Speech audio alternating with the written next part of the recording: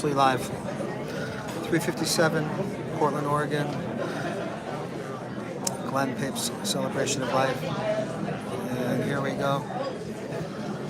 If anybody wants to chime in and let me know that you're seeing this, that would be great. Not sure if I can get comments or not, but I'm just going to let it ride.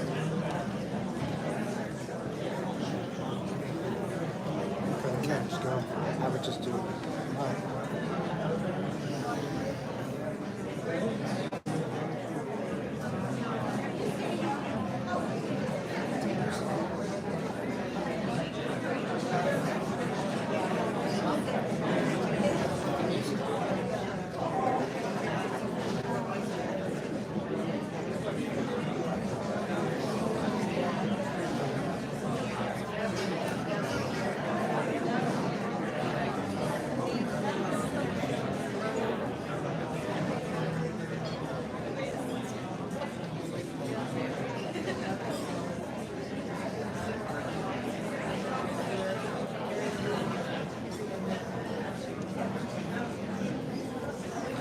Good afternoon, and I might say aloha as well. This is the first service I've ever been to where all the guests are in Hawaiian shirts, and I had to dig mine out for the summer, from summer clothes. My name is Steve Anthony. I am Kathy's, one of her brothers, one of three. Chris here is my younger brother, and my older brother remains back in Michigan with my mother, and she's watching this live feed. I've been asked to keep my comments short, and Kathy has been very kind to write a very detailed script that I'm going to try and stick to as best as possible. If I deviate too far, I'm sure she'll put me back on track. I've had the pleasure of, one moment, please.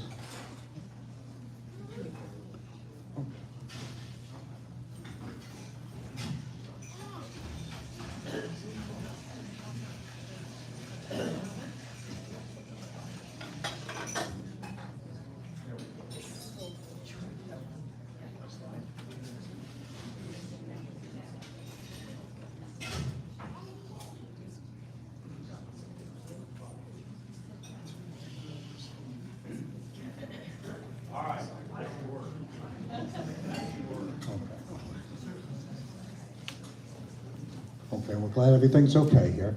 If you haven't done so already, I ask that you turn off your phones or silence them. We're going to have a very nice program here with multiple speakers and musicians.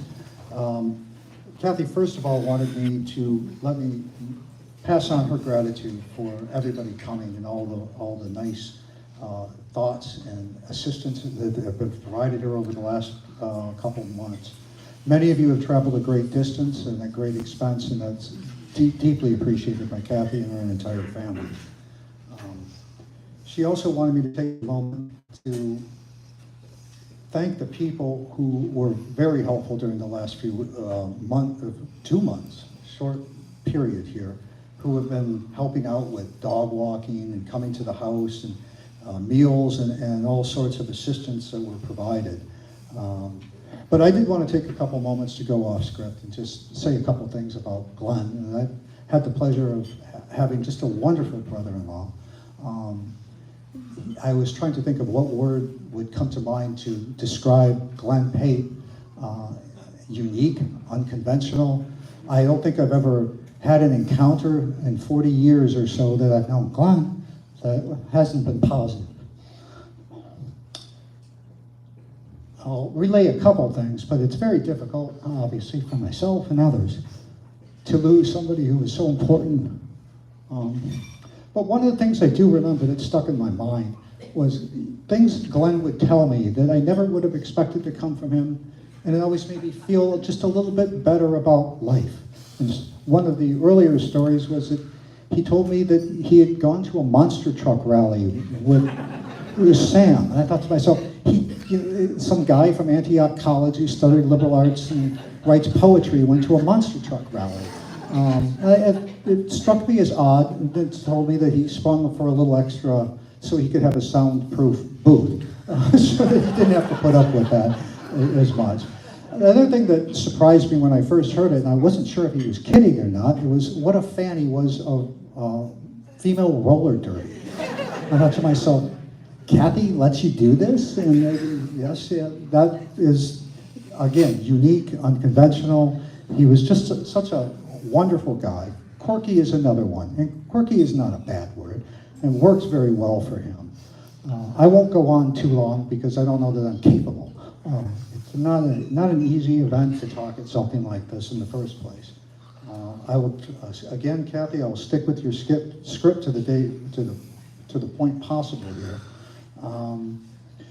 She did ask that we acknowledge her book club of 30 years who have done all the floral arrangements, and they did a beautiful job. And I'd like everybody to take a look and appreciate the work that went into them. Specifically, she wanted me to mention the efforts of Rosie Sherman, Judith Trujillo, Petra Nomina, and Catherine Hunter. And they were all staffing a few of the tables. And again, I mentioned my brother Chris is running the live stream. We're going to do a little bit of housekeeping so that we can kind of keep the whole program on track and moving. We do have several speakers coming up, and there are some oversized note cards if anybody wishes to fill out and leave some comments for Kathy and family to review later. Those cards are off here to my left. And let's see. If you haven't noticed, at the back of the bar there are some poetry books. I believe some people have already seen the poetry books. That was the first time I was aware of the poem that's on the title. Again, the word quirky comes to mind. There is one, perhaps one per. She does not have a supply to be handing out multiples of these, so we would ask that you stick with that. Petra and Catherine are working on that. If you haven't, let me skip over this part. Oh, at the end of our formal program at about 5, there's going to be a special performance in the outdoor courtyard space. We're hoping the weather seems to be now cooperating, and that will be very special to see. We appreciate the efforts that went into it. So at this point, I'd like to introduce Eric Ramon and Robert Madden, who are going to perform a musical piece. I'm pretty certain, 2 musical pieces. I'm pretty certain these are the works of Glenn Pate, or he was at least a contributor on the lyrics, and I think this will be a very special and enjoyable moment. So I'd like to turn it over to Eric and Robert. Thank you.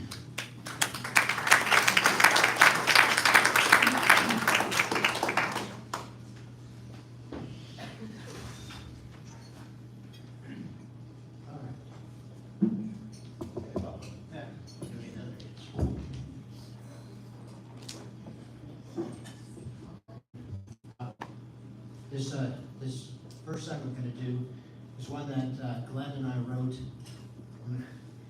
Oh.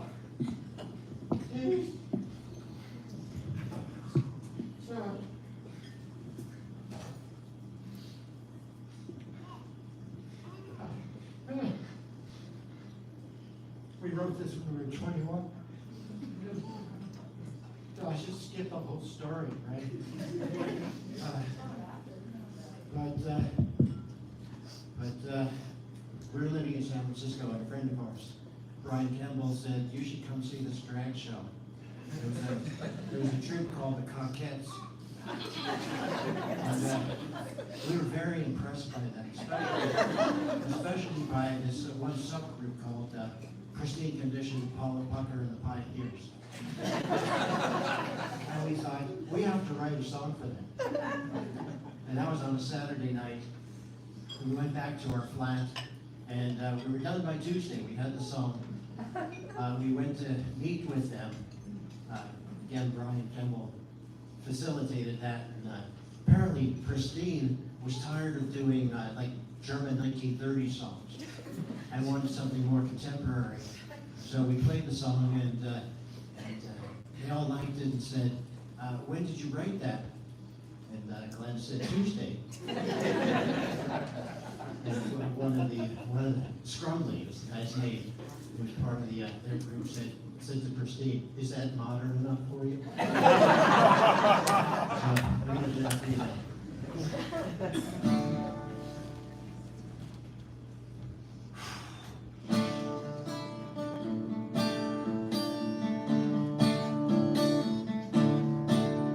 way that I'm billowing alone, it's nothing like a rainbow, something like a pillow from a shelter paints a curtain through my heart. But there will be first isn't strange. It's nothing like a daydream. Shadows that surround me seem to glow like the makeup in a show. And when I think about the way things ought to have been, I blossom like the wind.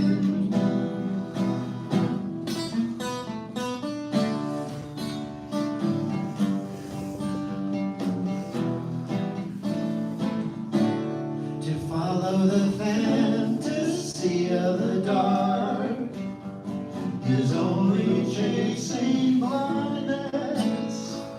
Thankful for the kindness of the night as it warms me with its light.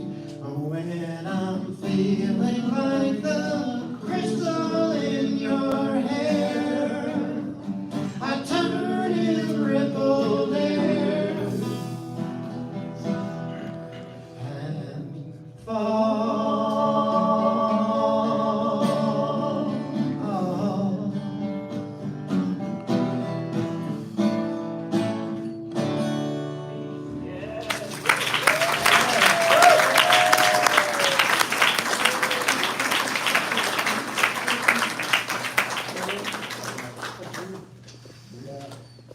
Thank you for that was one of the first songs I ever heard that Glenn had co-written with Eric, and boy was I knocked out. This is some good songwriting team. I got to get in on this action. So yeah, I started writing songs in band, in the early '70s, where Eric and everybody was.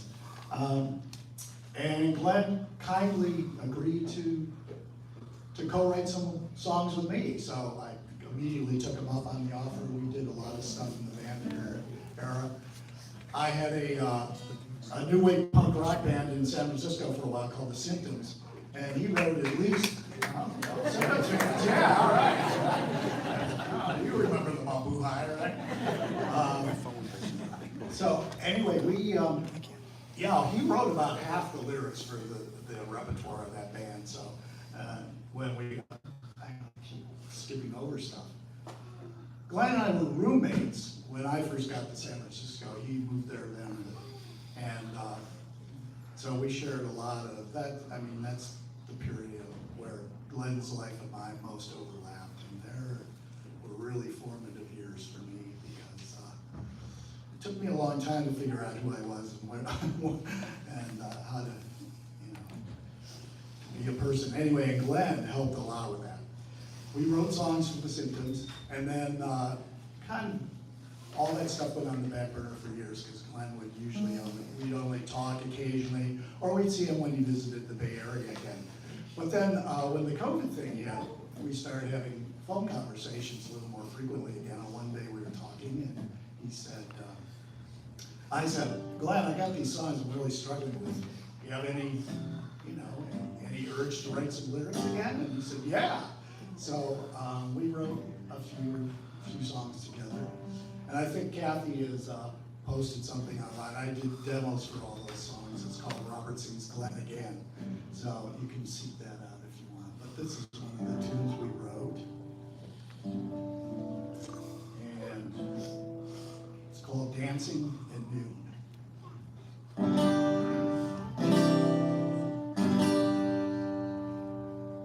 I still remember staying up till the dawn.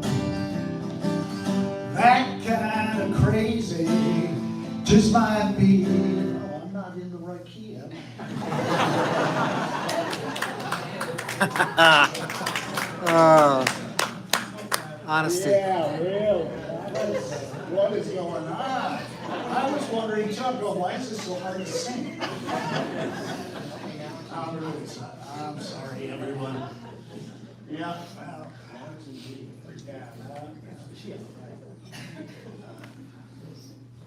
So you can all sing along for the first two lines again. Yeah. Yeah, this is how real professionals do it. No, maybe not.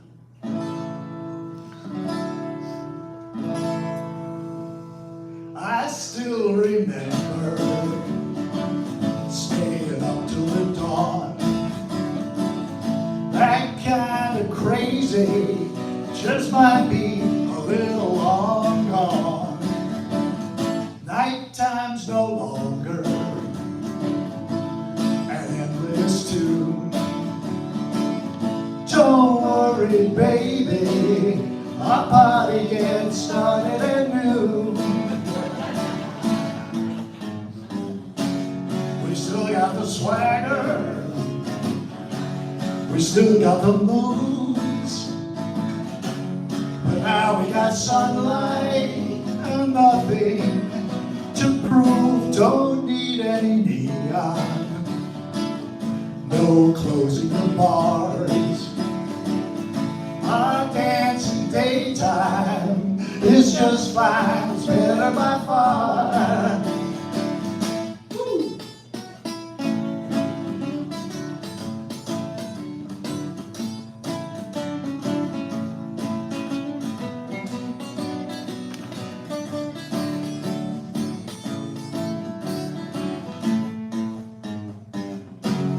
We still got the swagger, we still got the moves, but now we got sunlight and nothing left to prove.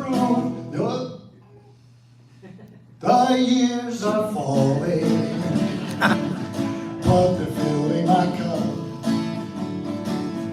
Older but wiser, no lie should be more than enough.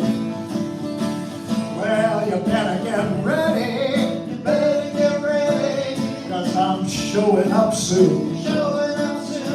Wear your dark glasses, our party gets started at noon. We'll be dancing at noon, party on in the daylight, show off our dance moves in the sunlight. Oh yeah, baby, we'll be dancing at noon.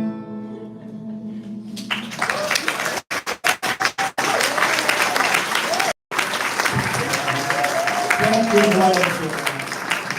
I couldn't have done that on my own.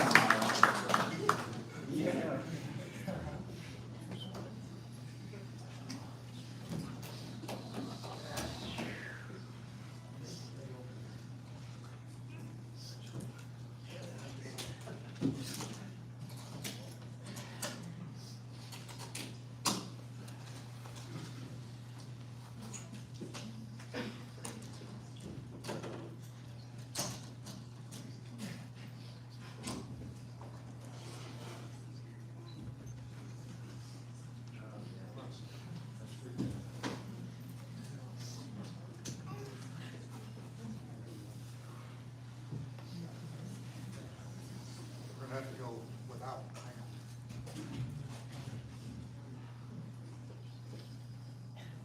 Actually, I'll just speak. Hopefully, oh, there we go. It's coming up. As I said earlier, every time I come or interacted with Glenn, I learned something new. I didn't know he was a songwriter. I knew he did poetry, but that was wonderful. I want to thank both of these gentlemen for coming today and performing like that. At this point, I'd like to introduce Glenn's siblings.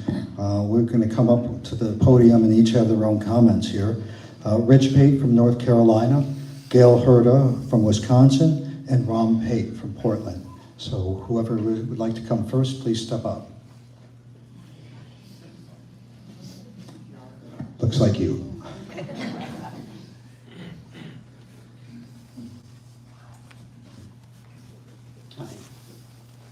Glenn's oldest brother. My brother was many things: kind, tender, funny, intelligent, and passionate. He was a talented poet, but most of all, he loved his family and loved the many friends he kept and made through the years. He was unique and one of a kind. In my eyes, he did everything with a passion, a zest for life, and many times with a twinkle in his eye. Growing up, he would extol the virtues of drinking milk through a graham cracker, a chocolate-covered graham cracker.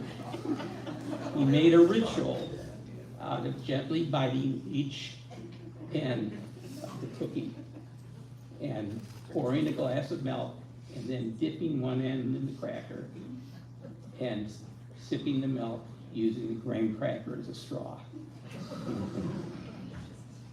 Glenn was not above doing things that drove our parents crazy. One summer, our dad had an extremely well-worn, shabby pair of maroon crepe-soled canvas shoes, which he finally decided to throw in the garbage. As I remember it, one shoe even had a frayed hole in the toe. Glenn, me and Glenn, pulled them out and wore them all summer, which drove our parents crazy. I never knew exactly why he loved them, the shoes, but I think he thought it fit his high school persona. When Glenn was at Antioch College, Sue, Heather, our toddler daughter, and I came down to visit, as well as Ron and Gwen were living at Wright-Patterson Air Force Base. Glenn lived in an off-campus house, probably more of a shack. He invited Sue, Heather, and I for dinner. He worked so hard and got the place clean and presentable for us, and a crawling child who ate almost everything off the floor. We could tell he wanted to please us so much. Our table was a blanket on the floor. The pasta dinner was delicious. When Glenn was in college, Sue and I were living in a basement apartment on the near north side of Chicago. We had invited him to spend his spring break with us. One of the days, we were at work and Glenn had gone out wandering. When he came back, he walked in on a burglary. There was a boy about his age going through our dresser drawers. He had a pile of jewelry, clothes, and other things neatly arranged on the bed, and he was ready to leave. The boy pulled a knife and could have panicked easily and been very dangerous. But Glenn had the presence of mind to talk calmly to him and was able to slowly back him out the door. Glenn told us he felt sorry for the kid and wished he could have helped. As it turned out, the kid was an addict and well known in the neighborhood. He loved Oregon, as most of you probably know, and its natural beauty, and was always eager to talk about it. When I first visited it, he took me on a hike into an old growth forest. It was quite different than the forest back east. The large trees were awe-inspiring. I will never forget hiking with my brother on a beautiful day in what seemed like a magic place. I look back on this more than ever now and cherish the bond we shared together. It's something I vividly remember to this day. It's all been hard for me to accept. I like to think he had a life well lived. I will miss you greatly, little brother.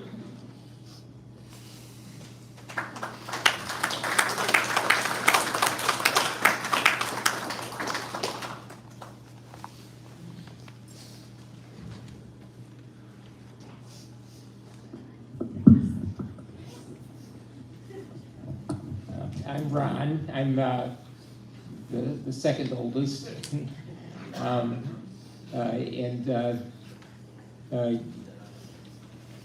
Glenn and I, when we were young, and Glenn was really young, he's 6 years younger than me, we would we'd go in the backyard and we had a telescope open. We look at the planets, and that would it'd get in our minds discussions, philosophical discussions, and you know Glenn was always looking for the true meaning of life. And you know, so we talk about that, talk about the concept of infinity, which drove both of us kind of crazy. And more recently, I think it was our parents' 60th wedding anniversary.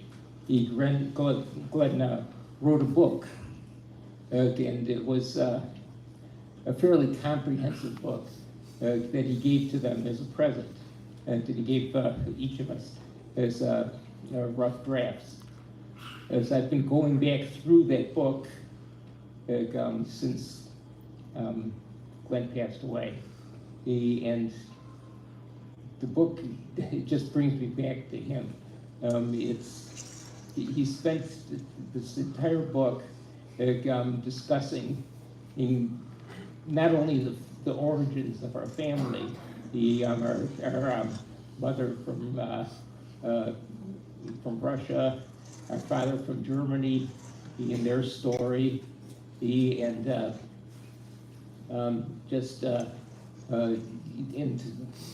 farther back in the family tree. He searched it all out. But in addition to that, some of those same concepts that we talked about as kids, as he stood on in this book and still was searching for the meaning. And he was, I think, 37 when he wrote this book. The book just is him in a lot of ways. It brings me back to him. So I know for those of us that have it, that it's kind of making me deal with this a little bit easier. We moved to Oregon about 8 years ago, I think, 8 or 9 years ago. You know, we have, I was able to see Glenn a number of times, but what this brings to me is that not nearly enough, and I truly a missed opportunity, and I wish there could have been more.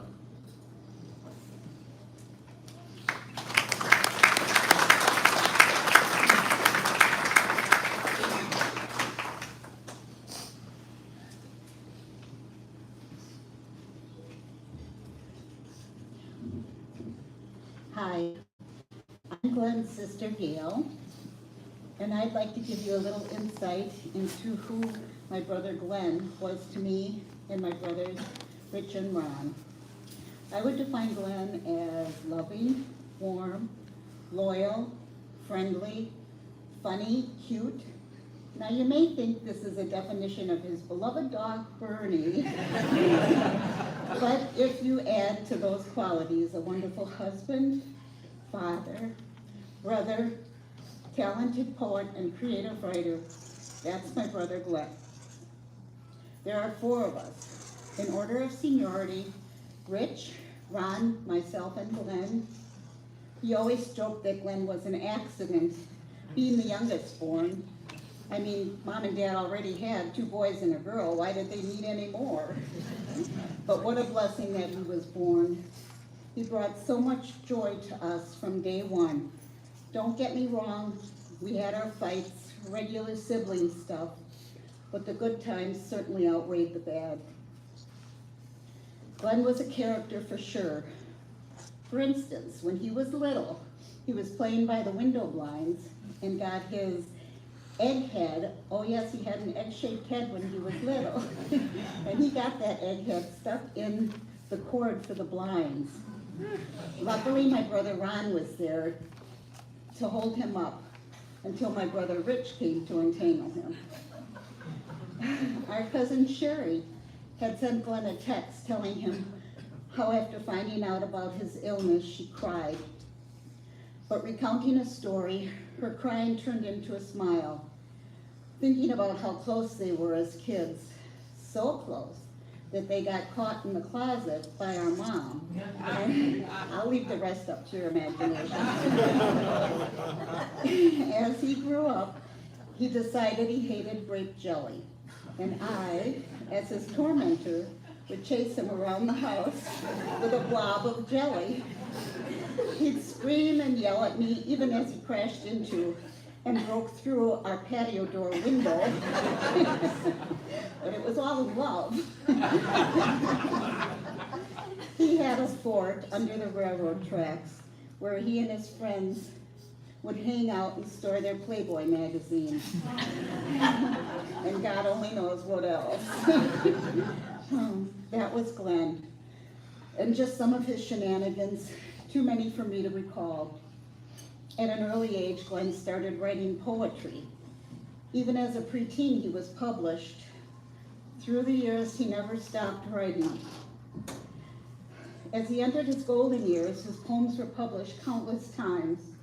I hope he knew how proud we were of him for all the writing that he did. He also wrote, like my brother Ron said, the wonderful book telling the story of our parents' ancestry and how it could affect his life.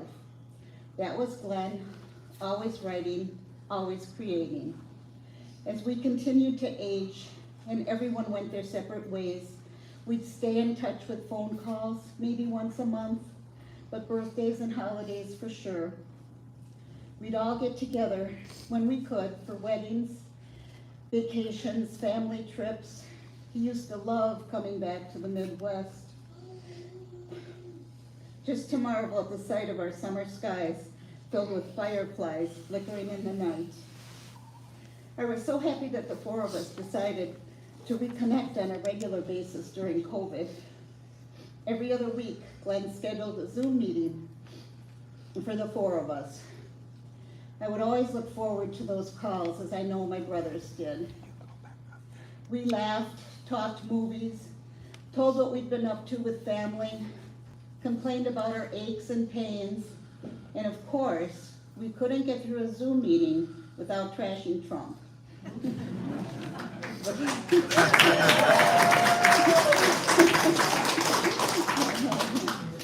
The last Zoom we had, Glenn told us what he was going through with his health and the tests that he was to have. To say the least, we were devastated. But Glenn held strong, changed the subject, and made us laugh again.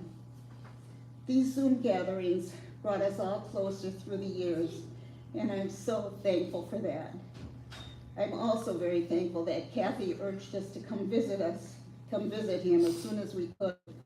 I was able to talk with him, have quality time with him, and give him one last hug. So that's my little bro, my brother Glenn, who lived his life to the fullest, loved hard, and enjoyed everything around him, especially his family, friends, Bernie, and his beloved Portland. I love him to the moon and back, and I'll miss him terribly, but I'll carry him forever in my heart. Thank you.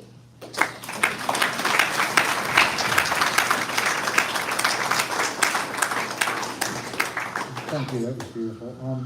The next speaker is Karen Kolodziejski. If she could come up, please.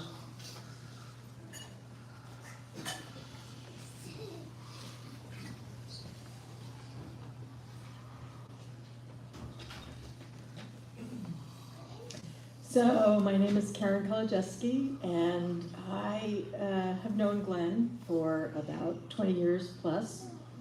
And a colleague of mine introduced us many years ago, and I was looking to collaborate with somebody on putting together some programs and materials. I do leadership development and organization development, and Glenn was introduced to me. And so we started working together, and it was really delightful to work with Glenn because it wasn't always delightful to work with other people. So I was really appreciating the opportunity to work with him. And we worked together for a short period of time as we did some projects, but we worked together on and off over many, many years. But during that time frame, we were working on some things where you really couldn't get it wrong with the client. And if you got it wrong with the client, it would be exit stage right. You know, they just like, you do it right the first time, and after that, you don't get another chance. And so he wrote all the content, and then we put it together, and then we went out and we trained and presented, and it was just amazing. So everybody's talking about what an amazing writer he was, and maybe you don't know what kind of an amazing corporate writer he was. He was an amazing corporate writer. He could write things that people related to and really appreciated. So it was wonderful to be able to work with him, and it's terrible to have to stand here and, you know,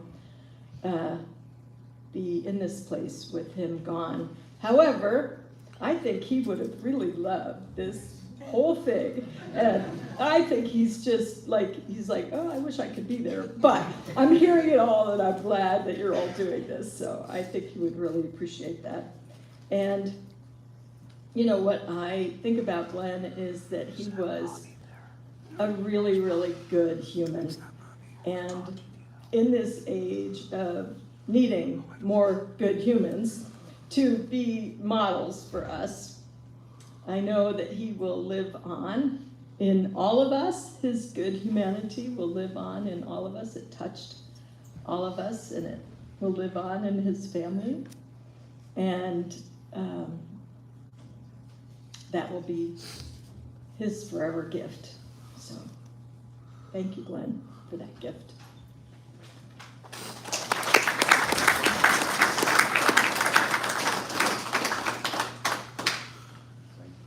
The next speaker is Bobby Insulaco. There he comes.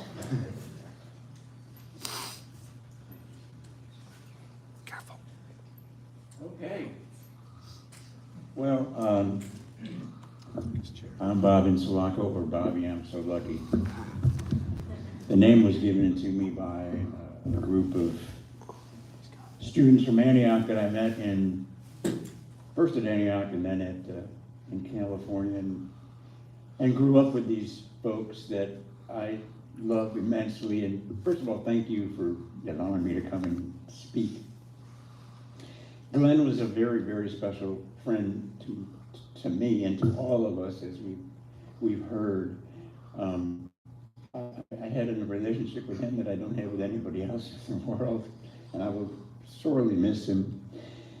You know, Glenn, whose impact on me and many of my friends' lives cannot be measured in words alone. Glenn was a poet, a father, a collaborator, and most of all, a friend to all of us.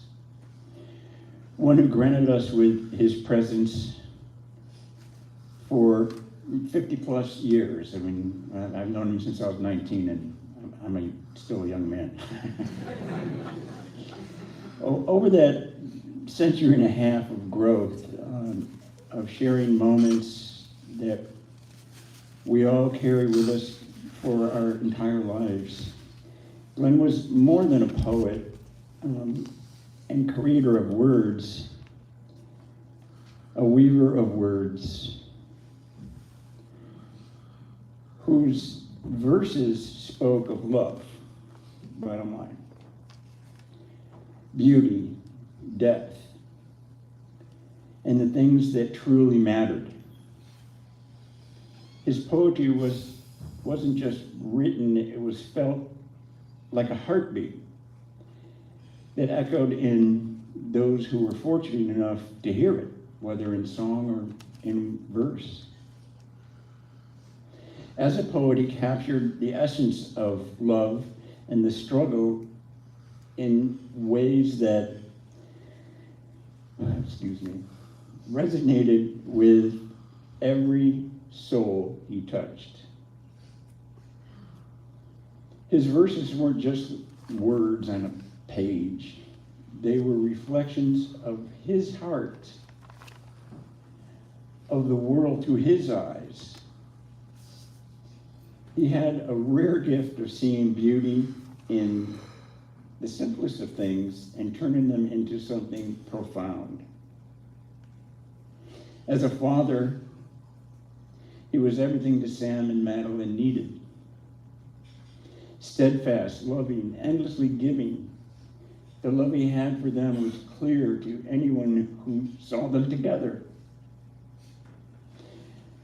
A bond that was unshaken, built on shared moments, laughter, and love. Eve gave Glenn the opportunity to wear those best fancy shirts with such pride. I mean, he would send me pictures of him, and even his like this huge grin on his face, and was a beautiful example of partnership built on mutual respect and laughter and deep affection. The love they had for each other, Kathy and Glenn, was clear to everyone around them, and the love that stood strong through the years, and one that will continue to live on the way Kathy carries it forward. And that laughter. How it filled the air with a sense of humor that could bring a smile even to the toughest of times. He had a way of making you feel lighter, like nothing was heavy or scary when he was around. Throughout our many years of friendship, whenever we called each other on the phone, and many times it was just both of us laughing uncontrollably until we say, "Oh, I'll talk to you later." Several phone conversations, I guess you'd call them conversations. And I will surely miss that. His wit was sharp, his timing perfect, and his ability to find joy in little things, like I mentioned, was a gift that was given to all of us. We'll remember him not for the words here or the jokes, but for the way he made us feel seen, heard, and loved. His presence will always be part of us. His poems still echoing in our hearts. His laughter lingering in our hearts. Though he's no longer with us, the love, the poetry, the humor he gave to the world will continue to shine. In our collaborations, we shared not just music, which was presented here, but the way he made us feel, again, seen and heard and loved. His presence will be a part of us. Though he's no longer with us, the love, the poetry, and the humor he gave to the world will continue on and on and on in all of our hearts and for forever. 50 years of friendship is a rare and precious gift. And while we will miss him more than words can express, we are grateful for the years we got to spend together, the music we made, the poems we shared, and the endless laughter that will echo in all of our hearts forever. Rest in peace, my friend. You were not just a poet, not just a dad, not just a collaborator. You were a shining light in all of our lives. And though you're no longer here, your spirit will continue to inspire all of us to laugh and to create and to love. Much love always. Thank you.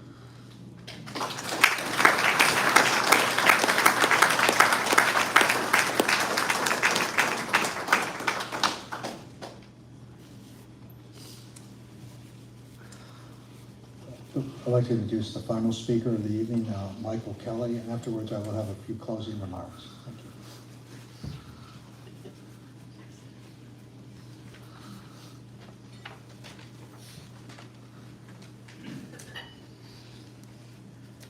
Hello, I'm Michael Kelly, and I have to tell you, I'm looking out here at this sea of Hawaiian shirts, and that just makes me so very happy.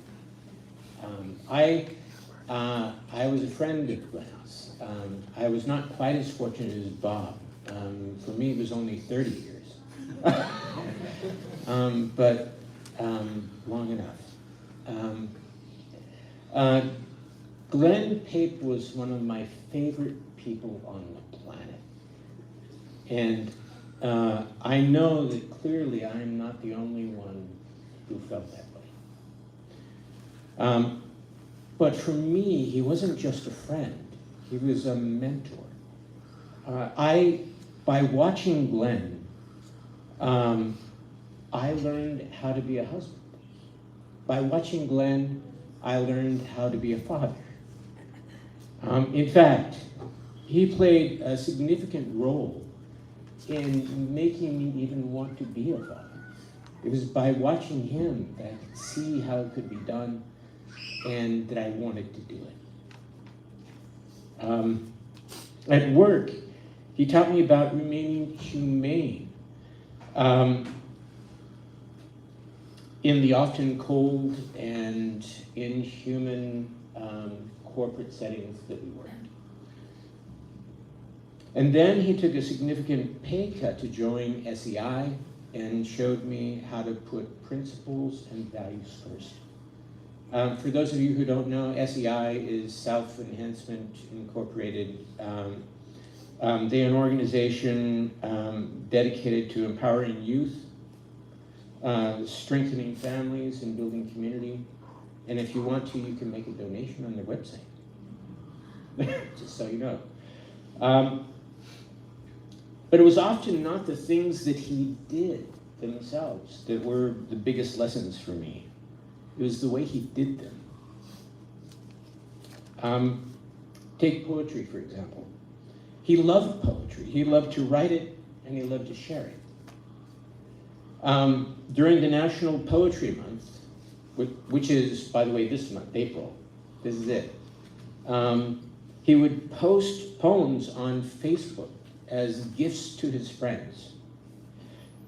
But despite poetry's reputation for being the province of effete intellectuals, there was nothing pretentious about Glenn's passion for poetry. Glenn insisted that he was not a poet, that he was simply someone who writes poetry. He felt that poetry made the world a better place. He was right about that. Every time I read something he shared on Facebook, or listened to him read something he'd written, I was personally just a little bit better for it.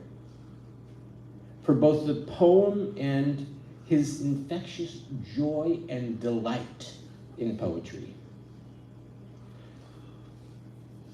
A million years ago now, when I asked him to be best man at my wedding, the way he did it taught me about friendship. As my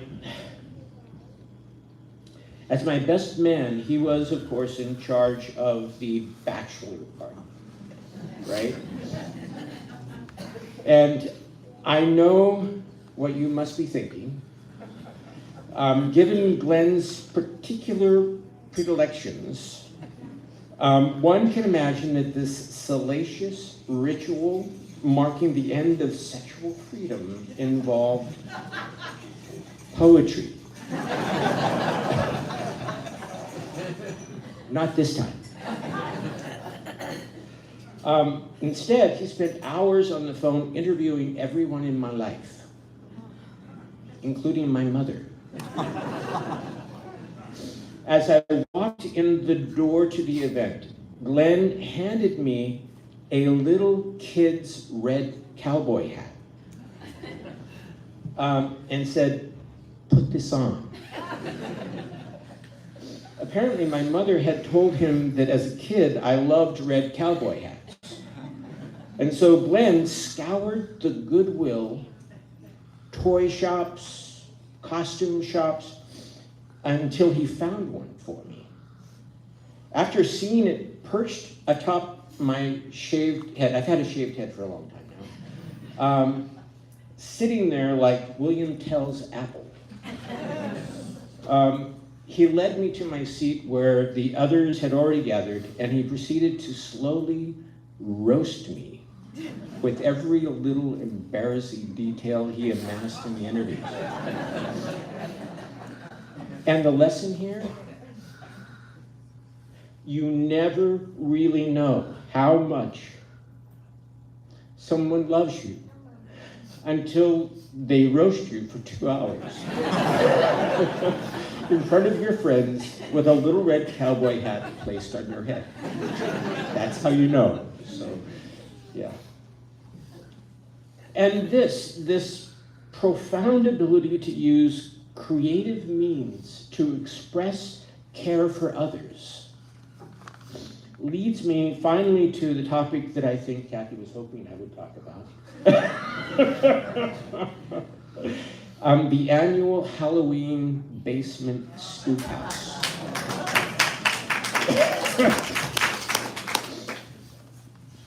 As much delight as Glenn took in poetry, he got nearly as much joy from the screams of small children. And here again was a lesson in the care, attention, and sheer effort that goes into making great gifts. A lesson in imbuing those gifts with humor and wit to make them more easily accepted. And a lesson in clearly seeing those to whom the gifts are given. At a minimum, Glenn put 50 hours into the preparation of the spook house and the coordination of his collaborators. It typically began mid-September and consumed every weekend until Halloween night. Each of these events had a theme with a characteristic Glenn Papian humorous slant to it, like things that terrify grown-ups, which contained, if memory serves, all the things that make our hearts race while adulting, like taxes. And then there was the Papes have had a very bad year, a holiday theme, in which every room was a different holiday. For Valentine's Day, Sam came running out from under the stairs holding a pig's heart, shouting, "Love me."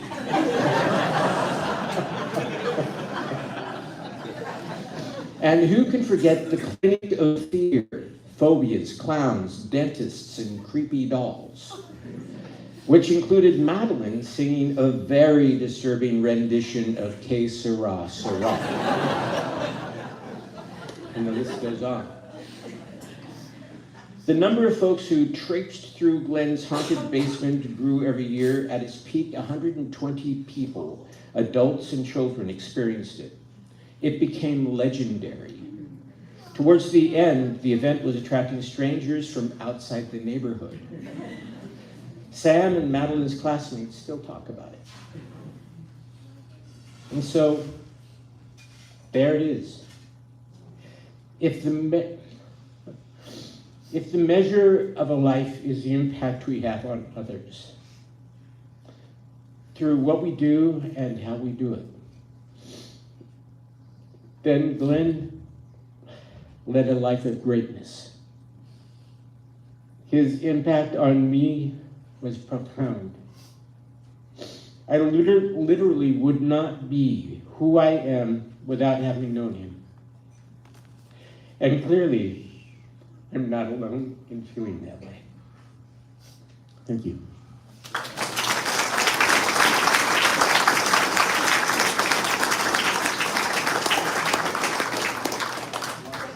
I'd like to thank all the speakers. I've learned a lot about Glenn, and I will continue to learn a lot about Glenn. I don't think I'll ever be able to look at anything with a red cowboy hat again. One of the things I neglected to mention before is, if you haven't seen it already, this is the board of clippings that Glenn had accumulated over the years. He had put this down, and I believe he would call it the Medusa Bar. And it was the lounge, the Medusa Lounge. Well, thank you very much for that. Well, Kathy's script also made me, or pointed out that I need to thank both Madeline and you, Rajan, for putting this together, pulling it, taking it apart, and I'm sure you're going to have just as much fun putting it back together again in Medusa Bar. I've only had one opportunity to visit that bar, and that was when I came out for Sam's wedding. And I don't know if anybody's ever had the pleasure of having Glenn make you a Manhattan, but it was quite the experience. The food and bar is going to be open until 6:30. At 8 o'clock, everybody needs to be out. That is one of the items that is pretty firm on this. I believe, are we ready for the outside? It's going to take a little while. So why don't we all enjoy Mingle. a Manhattan, if we will. And thank you all very much for coming. This certainly meant a lot to Kathy and I.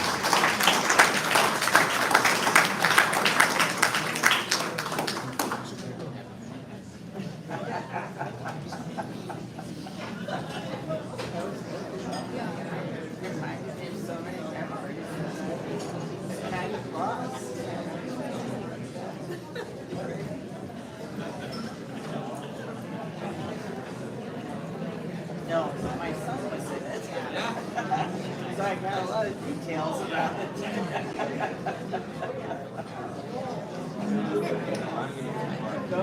And that was lovely. And I really enjoyed it when we saw